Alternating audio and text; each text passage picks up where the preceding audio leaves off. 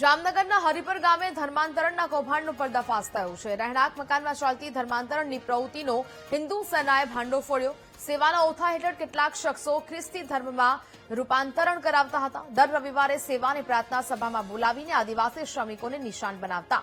હિન્દુ સેનાની ટીમે સ્થળ પર જઈને તપાસ કરતા હકીકત સામે આવી। સ્થળ પરથી મોટા પ્રમાણમાં ધાર્મિક ગ્રંથો, પ્રમાણપત્રો સહિતની વસ્તુઓ મળી આવી છે। આદિવાસીઓને લાલચ આપીને ધર્માંતરણ કરાવવાનું કૌભાંડ ચાલતું હતું। હિન્દુ સેનાએ પોલીસને જાણ કરીને સમગ્ર મામલે ફરિયાદ નોંધાવી છે। આજરોજ જામનગર જિલ્લાના ધ્રોલ તાલુકાના હરિપર ગામે ઈસ્ટર્ન મિશનરી દ્વારા મોટે પાયે ધર્માંતરણની પ્રવૃત્તિ ચાલતી હોય એવા સમાચાર હિન્દુ સેનાની ટીમને મળેલા હતા।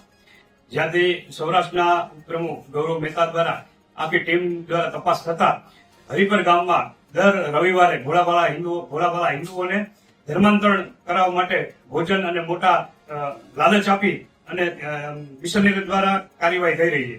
જે તપાસ થતા ઘણું બધું સાહિત્ય અને હિન્દુઓને ક્રિશ્ચન બનાવવા માટેનું પણ સાહિત્ય મળી આવે। તમામ ઘટના સામે આવતા પોલીસને પણ જાણ કરેલ અને વધુમાં સરપંચને પણ જાણ કરેલ છે।